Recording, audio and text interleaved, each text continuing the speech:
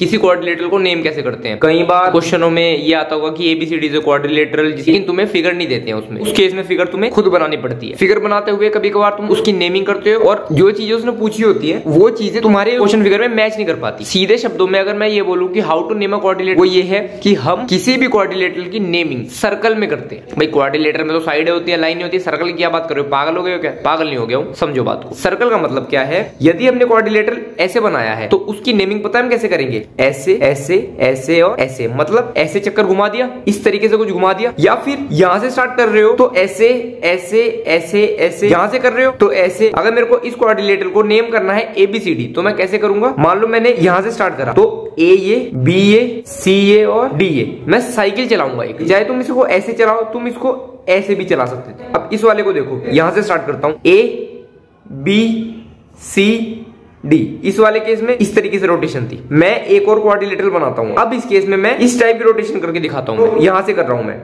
A B C D. अब तुम देखना, इसमें ए यहां पे है, इसमें ए यहां पे है, इसमें ए यहां पे है और ये उल्टा जा रहा है। लेकिन देखने वाली बात क्या है, ये सभी नेमिंग ठीक है। क्यों? क्योंकि हम एक साइकिल के अप्रोच लेके चल रहे हैं। जब भी क्वाड्रिलेटरल को आप नेम करो तो उसमें साइकिल चलनी चाहिए।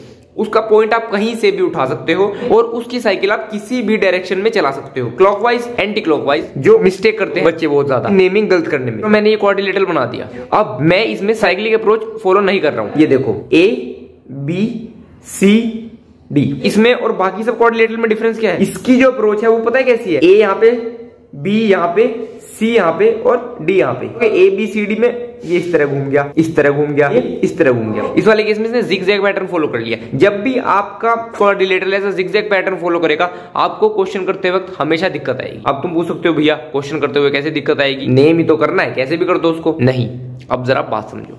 मान के चलो उसने कह दिया कि क्वाड्रिलेटरल एबीसीडी बनाओ, उसमें एंगल बीसीडी 120 डिग्री का होना चाहिए और एंगल बीएडी जो है वो 80 डिग्री का होना चाहिए। अब डिफरेंस देखना, अगर ये हमेशा साइकिल फॉलो करेंगे तुम्हें इन एंगल्स को लोकेट करने में कभी दिक्कत नहीं आएगी। कैसे, ये देखो बीसीडी 120 है, यहाँ पे बीसीडी ये वाला है, ले भैया ये बन गया 120 डिग्री। इस वाले क्वाड्रिलेटरल में देखो, ये ले भैया 120 डिग्री बन गया, ले भैया 120 डिग्री बन गया। बीएडी 80 डिग्री, बीएडी ये बन गया तुम्हारा 80 डिग्री का, बीएडी ये बन गया 80 डिग्री का, ये बन गया 80 डिग्री का। तो देख रहे हो तीनों केस में तुमने आराम से लेबलिंग कर दी है बीसीडी बीएडी की, दोनों की। अब इस वाले केस में को देखते हैं एक बार। इसने कहा बीसीडी 120 डिग्री का, बीसीडी।